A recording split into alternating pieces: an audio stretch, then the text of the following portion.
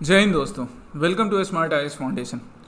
आज के pre secure जुलाई 11 में हम लोग करंट अफेयर्स के इन टॉपिक से रिलेटेड एमसीक्यूज को डिटेल में डिस्कस करेंगे, हमारे प्रीलिम्स और मेंस एग्जामिनेशन दोनों को ध्यान में रखते हुए।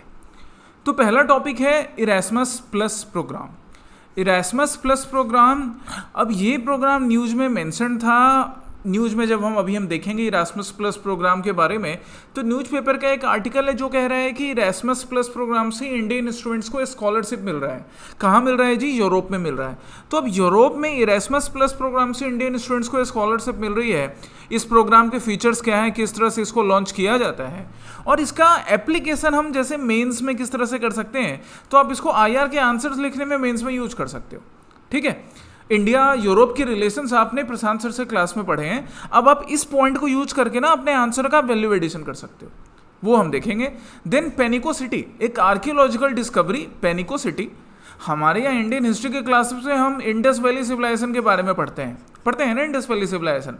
और देखो बड़ी अच्छी कोइंसिडेंस अभी क्या निकला कि 2024 में इंडस वैली सिविलाइजेशन के एक्सकेवेशन के 100 साल पूरे हुए हैं, ऑफिशियल एक्सकेवेशन के। वैसे तो अराउंड 1921 में ही हड़प्पा का एक्सकेवेशन कर लिया था दयाराम साहनी जी ने, लेकिन ऑफिशियली ब्रिटिश गवर्नमेंट की तरफ से, या आर्कियोलॉजिकल सर्वे जो बोलते हैं, आर्कियोलॉजिकल सर्वे ऑफ इंडिया जो कह रहे हैं, उनके तरफ से 1924 में अनाउंसमेंट किया गया कि हमने एक नया सिविलाइजेशन ढूंढा है, इंडस वैली सिविलाइजेशन, सिंधु घाटी सभ्यता। तो 100 साल पूरे हुए थे पिछले साल 2024 में इंडस वैली सिविलाइजेशन के। राइट, इंडस वैली सिविलाइजेशन के कई साइट्स हैं जिनके बारे में तुमने पढ़ा है, जैसे हड़प्पा हो गया, मोहनजोदाड़ो हो गया, धौलावीरा हो गया, राइट, राखी गढ़ी है, सुरकोतड़ा है, आलमगीरपुर है। चलो एक क्वेश्चन भी तुमको दे देता हूँ मैं, तुम्हारा पहला प्रैक्टिस क्वेश्चन, हालांकि प्रैक्टिस क्वेश्चन अलग से भी अटैच है। एक प्रैक्टिस क्वेश्चन ये, तुम मुझे ये ढूंढ के बताओगे कि इंडस वैली सिविलाइजेशन के जो साइट्स हैं उनमें से किस साइट को यूनेस्को वर्ल्ड हेरिटेज साइट में इंक्लूड किया गया है। इंडस वैली सिविलाइजेशन का कौन सा साइट? और दूसरा मुझे ये भी बताओगे कि ईस्टर्न साइट कौन सा है, eastern most site of Indus valley civilisation, सबसे ईस्टर्न साइड में पड़ेगा। तो उसी तरह से एक हिस्टोरिकल सिटी का डेवलपमेंट हुआ है, आर्कियोलॉजिकल डिस्कवरी हुई है, पेनिको सिटी, इसके बारे में हम देखेंगे। Then national maritime domain awareness programme. अब national maritime domain awareness programme ये क्या है? जैसे इंडस वैली सिविलाइजेशन की बात कर रहे थे तो लोथल जो है, लोथल था ये, और इंडस वैली सिविलाइजेशन के कई ऐसे साइट्स थे जो नेचुरल डॉकयार्ड्स या मैन मेड डॉकयार्ड्स के रूप में यूज होते थे अरेबियन सी के रास्ते ट्रेड करने के लिए। तो अब यहाँ पे हम देखेंगे कि कैसे अरेबियन सी या इंडियन ओशन या बे ऑफ बंगाल में मैरी टाइम डोमेन अवेयरनेस को लेकर इंडिया में डेवलपमेंट हो रहे हैं। Then Nyangai island world map based question. अगले वीक से मैं तुम्हारे लिए वर्ल्ड मैप बेस्ड क्वेश्चन अलग से करवाऊंगा। प्री सिक्योर के एक दिन को पूरी तरह से वर्ल्ड मैप बेस्ड रखेंगे ताकि आप प्रीलिम्स में वर्ल्ड मैप से रिलेटेड चीज़ों को लेकर एकदम परेशान नहीं हो। ठीक है, ज्योग्राफी में भी कोई परेशानी आपको नहीं होगी, उसके लिए मैं हूं यहाँ पर। देन है optical atomic clock. Optical atomic clock, अब ये ऑप्टिकल एटॉमिक क्लॉक जो है, इसका डेवलपमेंट, इसका यूज जो किया जाता है ये रिसर्च एक्टिविटीज में किया जाता है। इसके पहले हम सेसियम एटॉमिक क्लॉक यूज करते थे, पर अब ऑप्टिकल एटॉमिक क्लॉक की बात हो रही है जिसकी एक्यूरेसी और ज़्यादा बेहतर होगी, बढ़िया एक्यूरेसी होगी। सो ये हमारे आज के मेन टॉपिक्स होंगे। देन कल वाले 2 प्रैक्टिस क्वेश्चंस और आज के फिर से नए 2 प्रैक्टिस क्वेश्चंस, इन सबको डिटेल में डिस्कस करेंगे। सो पहला टॉपिक हो गया हमारा इरास्मस प्लस प्रोग्राम। न्यूज़पेपर का आप यहाँ आर्टिकल देख सकते हो, द इकोनॉमिक टाइम्स का, कि इंडिया से 101 स्टूडेंट्स को यूरोप में पढ़ने के लिए स्कॉलरशिप मिल रही है इरास्मस प्लस प्रोग्राम के अकॉर्डिंग। तो पहला स्टेटमेंट क्या है, that Erasmus plus support students to join double और multiple degrees by studying at 2 और more European university and it covers tuition fee, travel and living expenses. एकदम सही है। इंडियन स्टूडेंट्स, आप इंडियन स्टूडेंट्स हैं तो आप क्या कर सकते हैं, एक साथ 1, 2, 3 मल्टीपल यूनिवर्सिटीज़ में यूरोप में पढ़ाई कर सकते हो, और आपके रहने का फ़ी, आपका ट्यूशन फ़ी, आपका ट्रेवल फ़ी, वो सब कुछ इस इरास्मस सपोर्ट प्रोग्राम से कवर होगा। सो इंडिया और यूरोप के रिलेशंस इस तरह से बढ़िया होंगे ना, सॉफ्ट पावर डेवलप होगा, सॉफ्ट डिप्लोमेसी का पार्ट हो गया। हुआ कि नहीं हुआ? दूसरा, the programme is managed by solely by the European Commission without involvement from any other agency और नेशनल बॉडीज।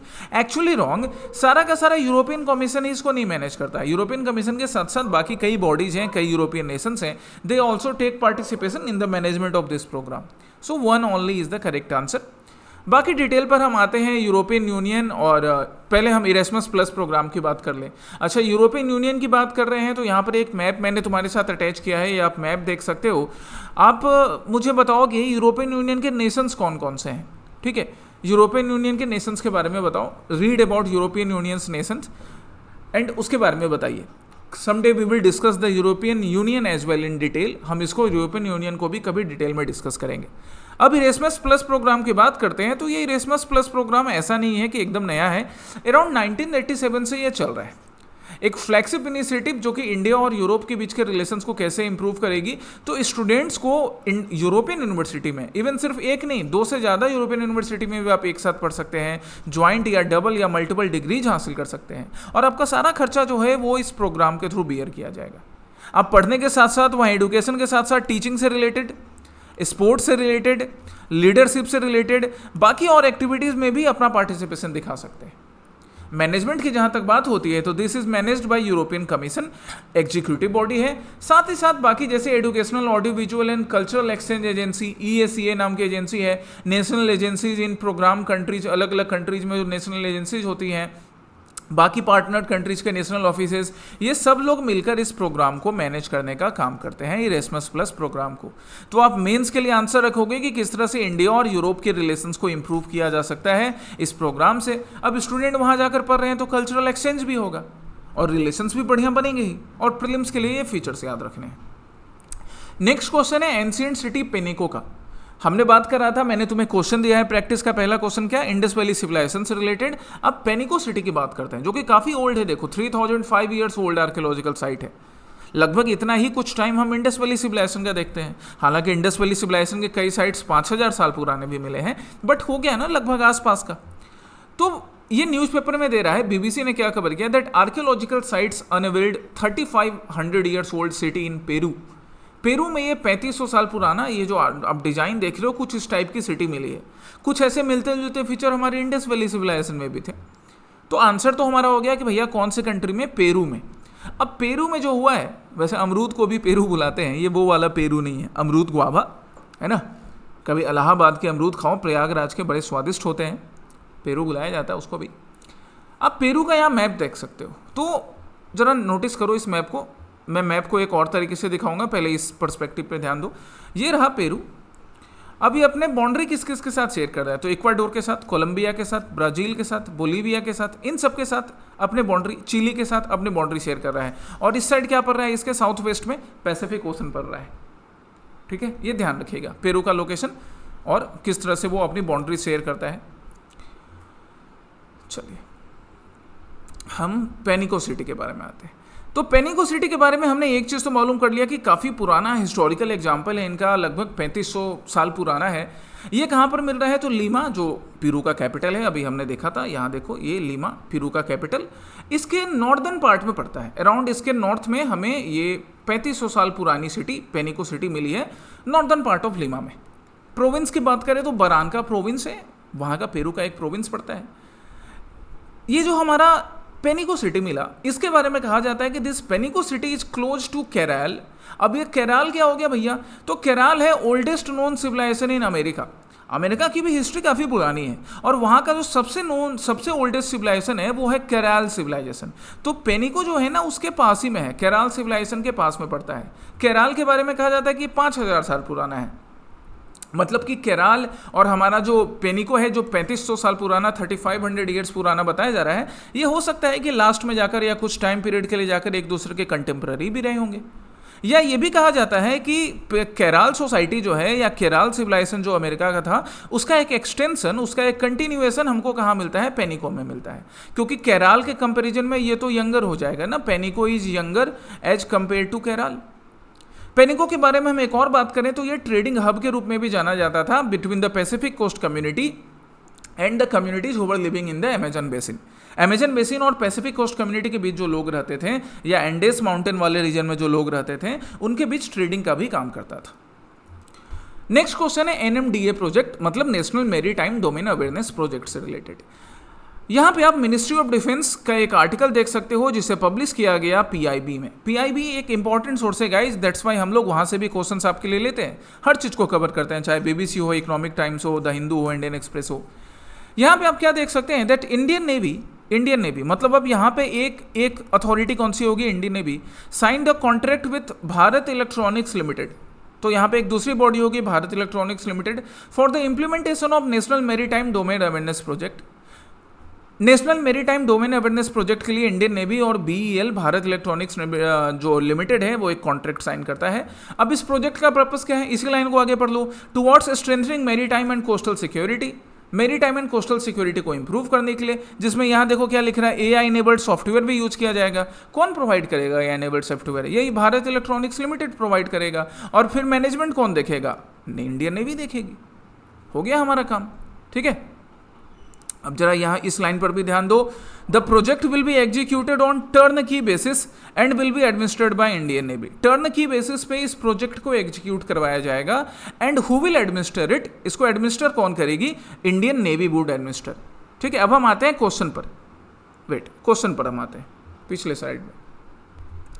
चलिए, तो हमारा क्वेश्चन क्या कह रहा है that consider the following statement related to NMDA project, National Maritime Domain Awareness Project। पहला statement क्या, NMDA aims to strengthen maritime and coastal security through an integrated approach to data sharing among maritime stakeholders।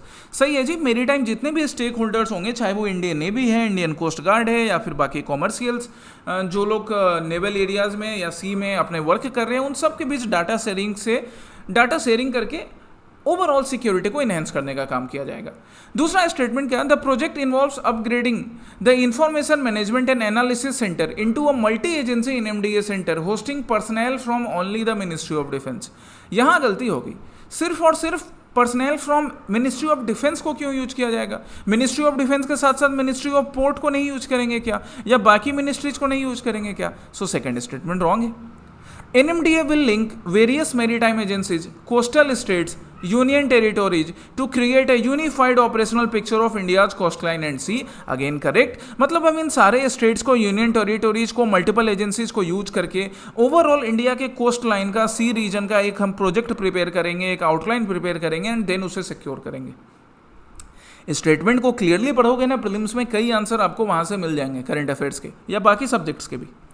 Fourth statement क्या, BEL is the lead integrator providing hardware and AI enabled software solution for the project. एकदम सही है, अभी हमने देखा तो 1, 3, 4 answer हो गया हमारे लिए। हमने अभी देखा कि इंडियन नेवी किसके साथ साइन करी है कॉन्ट्रैक्ट, तो भारत इलेक्ट्रॉनिक्स लिमिटेड के साथ। तो भारत इलेक्ट्रॉनिक्स लिमिटेड और इंडियन नेवी मिलकर इस प्रोजेक्ट को चलाएगी, टर्न की बेसिस पर चला रही है। ये टॉपिक आ गया टर्न की बेसिस, ये टर्म है। कोई मुझे बताएगा what is the meaning of turn key basis? पढ़ा है तुमने इसे टर्न की बेसिस को रिसेंटली, या सुना है तो क्या तुमने मीनिंग ढूंढने की कोशिश की? एक काम करो, अभी सेशन जब एंड होगा ना, तो उस टाइम में मैं इस टॉपिक को एक्सप्लेन करूंगा, what is the meaning of turn key basis. तब तक के लिए तुम अपने दिमाग के घोड़े दौड़ाओ, सोचो। अब हम इस क्वेश्चन पर आते हैं। आप इस इमेज को देख सकते हो, यहाँ पे डिफरेंट एजेंसीज हैं डिफरेंट काम के लिए। जैसे आप सपोज यहाँ कोई डिजास्टर हो गया तो सैटेलाइट से उसकी मॉनिटरिंग होगी, तुरंत वो डाटा ट्रांसफर किया जाएगा, मॉनिटरिंग के लिए किया जाएगा, वॉच टावर लगाने के लिए किया जाएगा, एक्सप्लोरेशन के लिए किया जाएगा। इन सब के लिए NMDA यूज होगा, national maritime domain awareness project और national maritime domain awareness programme. So इसका पर्पस हो गया strengthening maritime and coastal security, जिसमें जो हमारा एग्जिस्टिंग कमांड सेंटर है, जैसे national command control communication and intelligence network, इसको इंप्रूव किया जाएगा with the help of AI enabled software. अब AI का यूज हर जगह करना है, बट AI का यूज करने के टाइम में HI को हमेशा ध्यान रखना है, मतलब ह्यूमन इंटेलिजेंस को, है ना। बट ह्यूमन इंटेलिजेंस सही होना चाहिए। ह्यूमन इंटेलिजेंस सेल्फिश, दूसरे को धोखे देने वाला, ऐसा नहीं होना चाहिए। ह्यूमन इंटेलिजेंस वैसा होना चाहिए जिस पर भरोसा किया जा सके, ट्रस्ट वर्दी हो। ओके, सेकंड क्या, as part of the project existing information management centre, जो गुरुग्राम का मैनेजमेंट सेंटर है, इसका डेवलपमेंट किया जाएगा और इसमें मल्टी एजेंसीज को इन्वॉल्व किया जाएगा। मल्टी एजेंसीज मतलब मिनिस्ट्री ऑफ डिफेंस, अलग अलग हम मिनिस्ट्रीज की बात करें तो 7 की मिनिस्ट्रीज इंक्लूड होंगी। मिनिस्ट्री ऑफ डिफेंस है, शिपिंग है, पेट्रोलियम है, फिशरीज है और बाकी मिनिस्ट्रीज का भी यूज है। इस तरह करके एक मल्टी मिनिस्ट्री लेवल का मैनेजमेंट सेंटर और इंफॉर्मेशन मैनेजमेंट सेंटर डेवलप करना है।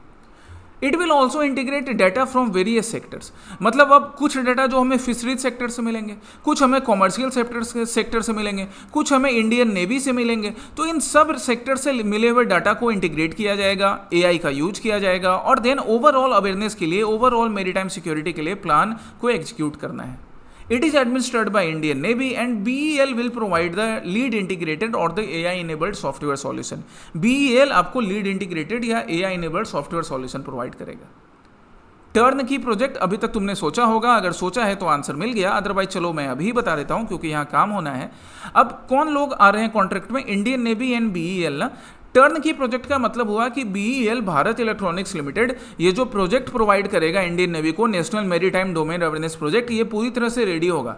बस की ऑन किया और प्रोजेक्ट वर्क करना शुरू कर दिया. इसका मतलब की ऑन करना मतलब वो चाबी घुमाना नहीं है, गाड़ी वाले चाबी घुमाना, मतलब कि प्रोजेक्ट पूरी तरह से रेडी टू यूज है. टर्न की का मतलब कि the project is ready to use, it is supplied ready to use by the supplier. Supplier कौन है? BEL Bharat electronics limited. So Bharat electronics limited Indian बी को रेडी टू यूज प्रोजेक्ट देगा. इसको टर्न की प्रोजेक्ट बोलते हैं. बुझे? चलिए दूसरा नेक्स्ट क्वेश्चन है न्यानगाई आइलैंड. अब ये वर्ल्ड मैप बेस्ड क्वेश्चन है. यहाँ पे द हिंदू ने क्या बोला? That Sierra Leone islanders disappear as rising ocean threat survival. Climate change, उसके वजह से ओशन का राइज, ये एक बड़ा थ्रेट है स्पेशली उन छोटे छोटे आइलैंड्स नेशंस के लिए, आइलैंड ग्रुप्स के लिए जो सी रीजन्स में पड़ते हैं, आइलैंड्स हैं. सो पहला स्टेटमेंट क्या होगा न्यांगाई आइलैंड से related? That Nyangai island is part of the island archipelago off the coast of Sierra Leone. Location हम देखेंगे. And was in news recently as it had lost a significant portion of its land due to erosion. एकदम सही बात है, erosion के वजह से, सी level rise के वजह से एक सिग्निफिकेंट पोर्शन न्यांगाई आइलैंड का लॉस हो चुका है. Sierra Leone is land locked country. Land locked country नहीं है भाई, this is not land locked country. यही आंसर गलत हो गया. One only is the correct answer. अभी हम सियरा लियोन का भी मैप देख लेते हैं. ये रहा सियरा लियोन. आपको लग रहा है कि लैंड लॉक्ड कंट्री है? बिल्कुल नहीं है, अटलांटिक ओशन के पास है. लैंड लॉक्ड कंट्री रहती तो कहाँ से वो आर्किपेलेगो वाला पार्ट बनता है ना. अच्छा, किसके साथ बॉर्डर शेयर कर रहा है Sierra Leone? Pay attention to it. World map को एकदम अच्छे से करना है. अगले 1 साल तक रेगुलर प्री सिक्योर में हम वर्ल्ड मैपिंग करेंगे. प्रीलिम्स को लेकर ना तुम वर्ल्ड मैप का टेंशन ही भूल जाओगे. बस सिंसियरली लगे रहो. अब इस मैप को देखो, पहले लेफ्ट साइड में जो मैप है आपको दिख रहा होगा कि किस तरह से इरोजन की वजह से सी लेवल जो है वो धीरे धीरे इंक्रीज होते हुए दिखता है. मतलब वैसे तो ये स्टैटिक इमेज है. आप ध्यान दे सकते हो कि पहले यहाँ तक लैंड रहा होगा बट धीरे धीरे पानी यहाँ तक पहुँच चुका है, वो और अंदर पहुँच जाएगा. तो इसके वजह से धीरे धीरे आइलैंड जो है ना वो सबमर्ज हो जाता है. That is actually the problem. यहाँ वही न्यांगाई आइलैंड की हम बात करें जो सियरा लियोन का पार्ट पड़ता है. अटलांटिक ओशन के साथ अपना रीजन शेयर कर रहा है, अपना बॉर्डर शेयर कर रहा है. ठीक है, चलिए. So Nyangai island is a cluster of island archipelago in the coast of Sierra Leone. Sierra Leone के कोस्ट में पड़ता है अटलांटिक ओशन के साथ. यहाँ पर साउथ वेस्ट में अपने बॉर्डर लोकेशन शेयर कर रहा है. ठीक है, और इसके बारे में हम देखें इन्फॉर्मेशन तो due to erosion and due to climate change and the rising sea level it is facing threat. कई लगभग हम कह सकते हैं कि लास्ट 10 ईयर्स में 2/3 एरिया जो है, around 2/3 area of the archipelago has been lost in last 10 years. There was a time, yeah, even in nowadays, it has been used as a crossroad for trade, agriculture, fishing and maritime transport. And that's why इस archipelago का बना रहना जरूरी है. Otherwise इसके submerge से कई लोगों की इकोनॉमिक लाइवलीहुड अपॉर्चुनिटी भी थ्रेट में पड़ जाएगी और मैरीटाइम जो ट्रेड रूट होता है वो भी डिस्टर्ब हो जाएगा. सियरा लियोन के बारे में अगर हम बात करें तो सियरा लियोन एक ट्रॉपिकल कंट्री है, वेस्ट अफ्रीका में पड़ता है, ऑन द अटलांटिक कोस्ट. जैसा हमें इस मैप में दिखा था, अटलांटिक कोस्ट में पड़ रहा है, वेस्ट अफ्रीका में सियरा लियोन. वेस्ट अफ्रीका में पड़ रहा है. ये अपने बॉर्डर किस किस के साथ शेयर करता है? तो it shares it border with Guinea, Liberia and the Atlantic ocean. Guinea, Liberia and Atlantic ocean के साथ अपने बॉर्डर भी शेयर करता है. What is the capital of Sierra Leone? By the way, Sierra Leone का कैपिटल क्या है बताना जरा. नेक्स्ट क्वेश्चन है optical atomic clock and caesium atomic clock. Question क्या बोल रहा है कि which of the following advantage do optical atomic clocks have over caesium atomic clock. मतलब पहले हम जो वो सेसियम एटॉमिक क्लॉक यूज करते थे वो भी रिसर्च पर्पस के लिए यूज हो रहा है, पर अब जो ऑप्टिकल एटॉमिक क्लॉक है वो उससे ज़्यादा बढ़िया एक्यूरेसी देगा. सो क्या एडवांटेजेज है? पहले हम ये क्वेश्चन देखेंगे, क्वेश्चन के स्टेटमेंट, फिर हम इनको डिटेल में और देखेंगे आगे. They require lasers and optical frequency combs to measure time accurately. एकदम सही बात है कि ये जो ऑप्टिकल एटॉमिक क्लॉक्स हैं वो लेजर्स एंड ऑप्टिकल फ्रीक्वेंसी को यूज करते हैं टाइम को एक्यूरेटली मेजर करने के लिए. They show improved accuracy. With a drift of less than 1 second in 15 billion years for some times, again correct. इतनी बढ़िया एक्यूरेसी दिखाते हैं कि इवन 1 सेकेंड के भी फ्रीक्वेंसी लेस इनमें थोड़ा सा वेरिएशन दिखता है, वो भी कब, 15 बिलियन साल में। सोचो कितनी बढ़िया एक्यूरेसी है। They are more resistant to environmental noise and external disturbances, yes they are resistant to environmental noise and external disturbances, because of which different kind of research facility even related to space astronomy can be possible. All of the above are correct. Optical atomic clock ये सारे boxes टिक करता है। ये आप एक image देख सकते हो, एक रेप्लिका देख सकते हो ऑप्टिकल एटॉमिक क्लॉक का। अब हम ऑप्टिकल एटॉमिक क्लॉक पर जाएंगे, यहाँ हम डिस्कस करेंगे, बट उससे पहले पुराना जो सेसियम एटॉमिक क्लॉक है उसके बारे में बात कर लें। सो सेसियम एटॉमिक क्लॉक जो है वो सेसियम एटॉमिक क्लॉक किसको यूज करता है, सेसियम 133 एटम्स को। सेसियम 133 एटम्स को यूज करेगा। इसकी भी फ्रीक्वेंसी अच्छी है गाइस। इसकी फ्रीक्वेंसी की बात करें तो ये अराउंड 1 सेकेंड लैग होता है 300 मिलियन ईयर्स में, लेकिन हमारा जो ऑप्टिकल एटॉमिक क्लॉक है ना वो 1 सेकेंड से भी कम लॉस करता है। 300 मिलियन ईयर्स में सेसियम क्लॉक कर रहा था ना, ये 10 बिलियन ईयर्स में 1 सेकेंड से भी कम लॉस करेगा। सो ये ज़्यादा एक्यूरेट होता है, बहुत ज़्यादा एक्यूरेट है। चलिए इसका वर्किंग प्रिंसिपल की हम बात करें सेसियम क्लॉक का, तो सेसियम क्लॉक का वर्किंग प्रिंसिपल क्या है, ये माइक्रोवेव सिग्नल्स के रेजोनेशन पे जो सेसियम एटम से निकलते हैं उसको यूज करता है। अभी इसका यूज जीपीएस सिस्टम में, टेलीकम्युनिकेशन में या साइंटिफिक रिसर्च में हो रहा है, बट हमारे साइंटिफिक रिसर्चर्स बोल रहे हैं, ये यहाँ पे एप्लीकेशन लिखा है, रिमेंबर द एप्लीकेशन। वैसे ये कॉमन एप्लीकेशन अभी ऑप्टिकल एटॉमिक क्लॉक में भी मिलेगा। अब हमारे साइंटिफिक रिसर्चर बोल रहे हैं कि जब भैया हमें एक्यूरेसी इतनी बढ़िया मिल रही है, जब हमें अनमैच्ड एक्यूरेसी मिल रही है कि हम less than 1 second 15 billion years में लूज करेंगे, तो फिर हम लोग ऑप्टिकल एटॉमिक क्लॉक पे आ जाएंगे, जो कि एक्चुअली क्या यूज करेगा, विजुअल लाइट फ्रीक्वेंसी, जो मच बेटर होगा सेसियम फ्रीक्वेंसी जो हम यूज करते थे सेसियम एटम के, उससे मेजरमेंट के लिए हम ऑसिलेशंस ऑफ लाइट फ्रीक्वेंसीज को यूज करेंगे। नेक्स्ट जेन जीपीएस सिस्टम, जो नेक्स्ट जेन, अब जीपीएस के लिए अभी हम ग्लोबल पोजिशनिंग सिस्टम के लिए अभी सेसियम यूज कर रहे हैं। नेक्स्ट जेन जीपीएस सिस्टम जो कि प्रेजेंट जीपीएस से भी ज़्यादा एडवांस्ड होगा, स्पेस को या क्लाइमेट मॉनिटरिंग रिसर्च को और ज़्यादा सपोर्ट करेगा, ग्रेविटेशनल रिसर्च को सपोर्ट करेगा, उसके लिए ऑप्टिमिक एटॉमिक क्लॉक बड़ा यूजफुल होने वाला है। And as per the research by 2030, जो 2030 तक कॉमन पीपल के लिए नहीं लेकिन रिसर्च के लिए सेसियम क्लॉक को रिप्लेस कर दिया जाएगा and optical atomic clock use में रहेगा। एडवांटेजेस, हम एडवांटेजेस देख सकते हैं, अनमैच्ड एक्यूरेसी है, प्रेसिजन काफ़ी इंप्रूव्ड है, एंड हायर फ्रीक्वेंसी ऑपरेशन है, जो कि काफ़ी हायर फ्रीक्वेंसी पर भी ऑपरेट कर सकता है। इवन एनवायरमेंटल नॉइज या डिस्टर्बेंसेस से भी अफेक्ट नहीं होता है। So that's why optical atomic clock is much better. कल के प्रैक्टिस क्वेश्चन पर आते हैं। अब कल जो मैंने प्रैक्टिस क्वेश्चन दिया था, पहला प्रैक्टिस क्वेश्चन था क्वाड क्रिटिकल मिनरल इनिशिएटिव से। अब क्वाड नेशन कौन कौन है दैट यू नो, बता दो फिर क्वाड नेशन कौन कौन से हैं। क्या इसमें रसिया है क्वाड नेशन में? नहीं है। जापान है क्वाड नेशन में? बताओ, इस Japan is a part of Quad nation, है या नहीं है, बताइए। क्वाड का मतलब क्या होता है वैसे? किन 4 नेशन से मिलकर क्वाड को इंट्रोड्यूस करा था, ये बताओ मुझे। Which 4 nations have introduce Quad? Japan, Russia. Russia तो क्वाड नेशन में है नहीं, but Japan is a part of Quad nation, right? So along with Quad nations, Russia, Japan have been included in this initiative. ये statement partially wrong हो गया। क्यों partially wrong हो गया? सो ओवरऑल रॉन्ग हो गया बिकॉज रसिया इसका part नहीं है। जापान है, बिल्कुल जापान जैसा क्वाड नेशन का एक पार्ट है। इसके अलावा और कौन कौन? हमारा प्यारा भारत, और हमारे प्यारे भारत के अलावा और कौन कौन? एक नेशन जो कि अपनी दादागिरी हमेशा दिखाता रहता है, रिसेंटली दादागिरी दिखाया, तो बताओ कौन सा नेशन है? और एक दूसरा नेशन जो कि क्रिकेट फील्ड में अपनी दादागिरी दिखाता है। तो अब तुमको जो वो बाकी दोनों नेशन से ना, इस हिंट के उनके नाम बताना। सेकंड स्टेटमेंट रॉन्ग है। Quad countries launched the new flagship initiative to strengthen economic security and collective resilience by collaborating on securing and diversifying critical mineral supply chains. Correct है कि जो भी क्वाड नेशंस हैं, जापान, इंडिया और बाकी की जो दादा नेशंस हैं, एक क्रिकेट फील्ड में दिखाने वाले और एक बाकी जगह पे दादागिरी दिखाने वाले, इन चारों ने मिलकर ये quad critical mineral initiative start किया है। आज का मैं एक तुमको प्रैक्टिस क्वेश्चन दूंगा जो नेशनल क्रिटिकल मिनरल इनिशिएटिव से रिलेटेड होगा। बिकॉज ये जो क्रिटिकल मिनरल्स होते हैं ना, जैसे कोबाल्ट हो गया क्रिटिकल मिनरल्स, निकेल हो गया क्रिटिकल मिनरल्स, ये सारे क्रिटिकल मिनरल्स ना न्यू जेन टेक्नोलॉजीज के लिए या न्यू जेन इंस्ट्रूमेंट के लिए बड़े इंपॉर्टेंट होते हैं। डेवलपमेंट जो इलेक्ट्रॉनिक्स के फील्ड में या इलेक्ट्रिकल इलेक्ट्रॉनिक्स इक्विपमेंट्स के फील्ड में डेवलपमेंट हो रहे हैं, critical minerals are very important there. आज एक प्रैक्टिस क्वेश्चन आपको फिर से क्रिटिकल मिनरल पे मैं दूंगा। ये साइंस एंड टेक का क्वेश्चन प्रीलिम्स में आने के हाई चांसेस रहते हैं, मेंस में भी आप इससे क्वेश्चन एक्सपेक्ट कर सकते हो। सो क्वाड नेशंस ने ये फ्लैगशिप इनिशिएटिव लॉन्च किया है कि अगर हम ओवरऑल सिक्योरिटी, इकोनॉमिक सिक्योरिटी, साथ ही साथ कलेक्टिव रेजिलियंस डेवलप करना चाहते हैं, देन हमें in critical mineral supply chain पर वर्क करना चाहिए। दूसरा प्रैक्टिस क्वेश्चन था निपा वायरस से रिलेटेड। हालांकि ये क्वेश्चन पहले भी यूपीएससी ने और बाकी स्टेट पीसीएस ने पूछा है, पर अगेन न्यूज में था। तो निपा वायरस देखो होता कैसे, जैसे यहाँ पे एक फ्रूट हो गया, this is a fruit, Apple और any other fruit, coconut.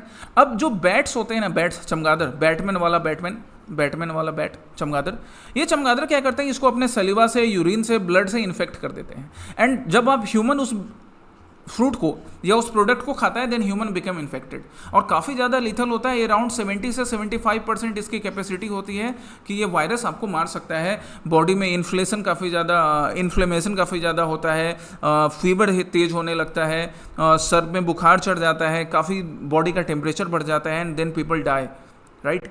Even pig से भी निपा वायरस फैल सकता है। सो जूनोसिस डिजीज है, even pig they also carry the Nipah virus. Kerala में अभी अगेन फिर से ये थ्रेट अराइज हुआ है, and Kerala government and the health facilities of Kerala government are put on high alert, फिर से हाई अलर्ट पर है, क्योंकि कैपेसिटी काफ़ी ज़्यादा है, मोर्टेलिटी रेट काफ़ी इंक्रीज हो जाता है निपा वायरस के केस में। सो पहला statement, it is classified as viral illness, correct है। कैसे आप डिजीज़ को मॉनिटर कर सकते हो, हेडेक होगा, टेम्परेचर काफ़ी बढ़ जाएगा, ऐसा लगेगा जैसे हार्ट का जो हार्ट रेट है वो फास्ट हो गया है या स्लो हो रहा है, वैसा सिचुएशंस आते हैं। स्नीजिंग स्टार्ट हो जाती है, कफिंग, खांसी स्टार्ट हो जाती है, ठीक है, काफ़ी थकान लगने लगती है, ये सारे इसके सिम्टम्स होते हैं। इसलिए कोई भी इन्फेक्टेड फूड नहीं खाना चाहिए। अगर जैसे पिग की बात कर रहे हैं, तो those people who consume pig meet, उनको भी काफ़ी केयर बरतने की ज़रूरत है पिग मीट कंज्यूम करने के टाइम में भी, if you are consuming it. Second, its transmission is facilitated by birds, not actually birds, by bats. And bats are not birds. ये mammals में count होते हैं, और साथ में pig भी। तो सेकंड स्टेटमेंट रॉन्ग हो गया। It has the potential to spread from one person to another. Yes, एक पर्सन से दूसरे पर्सन में फैल सकता है। सो कितने स्टेटमेंट ट्रू हैं, 1 and 3, तो आंसर क्या होगा, ओनली 2, है ना, 2 स्टेटमेंट्स आर ट्रू। आज के लिए प्रैक्टिस क्वेश्चन है पहला, नेशनल क्रिटिकल मिनरल मिशन से रिलेटेड। आप नेशनल क्रिटिकल मिनरल मिशन को गवर्नमेंट सोर्सेस में जाकर पढ़ोगे एंड फिर इसका आंसर करोगे। मंडे के प्री सिक्योर में मैं इसको आपके साथ डिस्कस करूंगा। दूसरा प्रैक्टिस क्वेश्चन है रिटेलिएटरी ड्यूटी का। रिटेलिएशन हम फ्रंट पर भी करते हैं, अपनी ज़िंदगी में भी रिटेलिएशन करते हैं, इकोनॉमिक टर्म में भी रिटेलिएटरी ड्यूटी होती है।